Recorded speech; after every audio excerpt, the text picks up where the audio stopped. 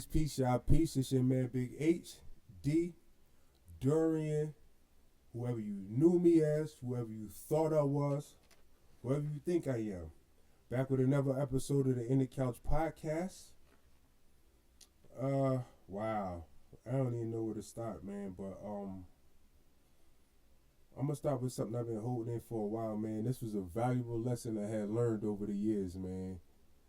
If you got something going on, man, or if you got people who got your back, then you'll understand this, man. This is not for you. This is for the people who don't understand yet, man. And this is a good way to avoid getting yourself in some stuff. Basically, this is why you don't vouch for people. I don't care how long you've known them. I don't care where you know them from. I don't care if they related to you. I don't care if you love them. I don't care if you believe that they love you. Never vouch for no one. If somebody needs you to vouch for them, something is off. I vouch for this Joker, right? I knew him, but I didn't know him. See, this is a good reason why. Because I knew him, but I didn't know him. I knew this guy from prison, right?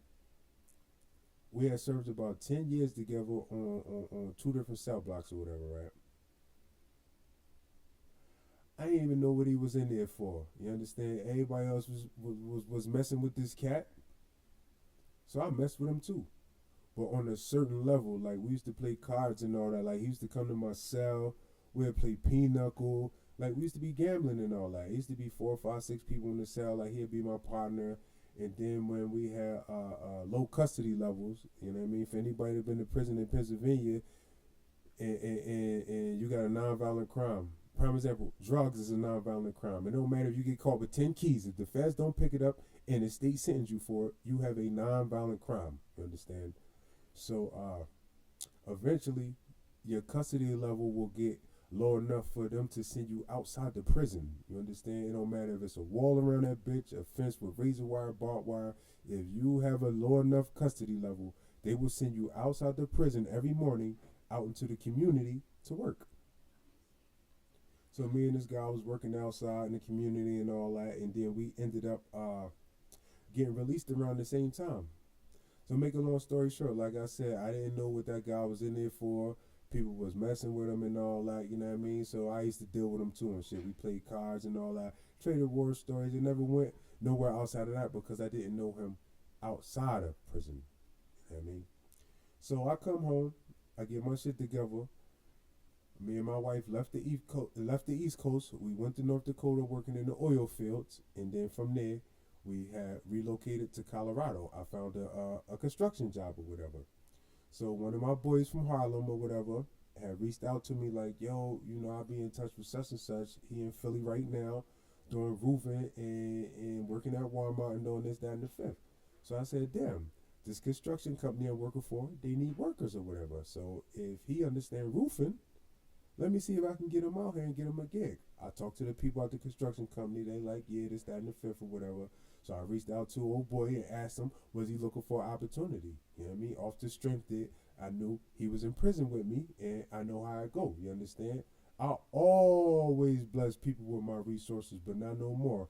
Not after this one. He like, yeah, you know, I don't got no way to get out there or whatever. So me and my wife flew him out here. You know what I mean? Fed him till he got his first couple paychecks and all that, put money in his pocket and all this old other stuff. Make a long story short, after a year or two, I ended up getting injured on the job or whatever. I had to have surgery on both of my arms. The construction company let me go. So my wife said she noticed some things while he was here in Colorado with us that I didn't notice. I wasn't paying attention because I knew him in a certain manner. As a matter of fact, we carried on in that same manner while he was here. And when we wasn't working, we would sit at the table, playing pinochle and spades and stuff like that, trading old war stories or whatever. And make a long story short, the pandemic hit. I had my surgery. We left from Colorado.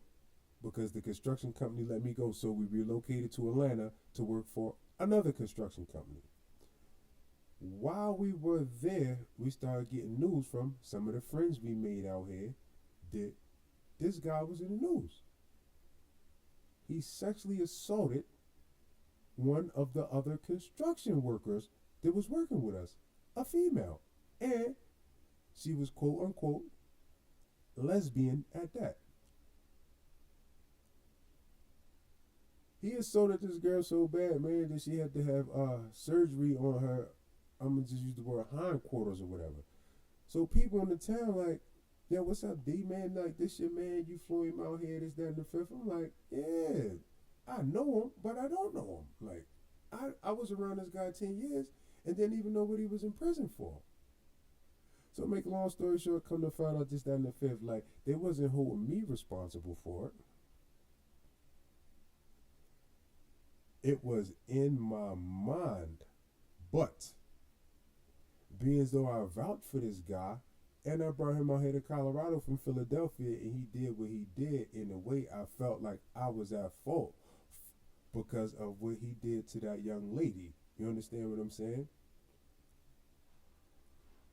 I brought another guy out here to the same construction job. We all three was on the same construction crew at the same time. We was doing different things and all that. I was driving heavy equipment and framing. The guy from Philly was driving heavy equipment, and the other guy who we brought was just framing. He was from North Carolina. He comes out here.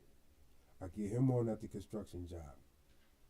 We have a company vehicle. Man, this dude wasn't even here for 2 weeks.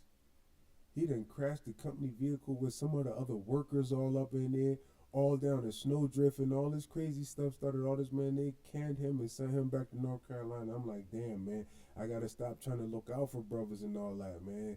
Like, take the blessings I be getting, man, and get them under my feet and keep it moving, man. Because soon as you vouch for somebody, they show you exactly why you should have kept your mouth shut, man.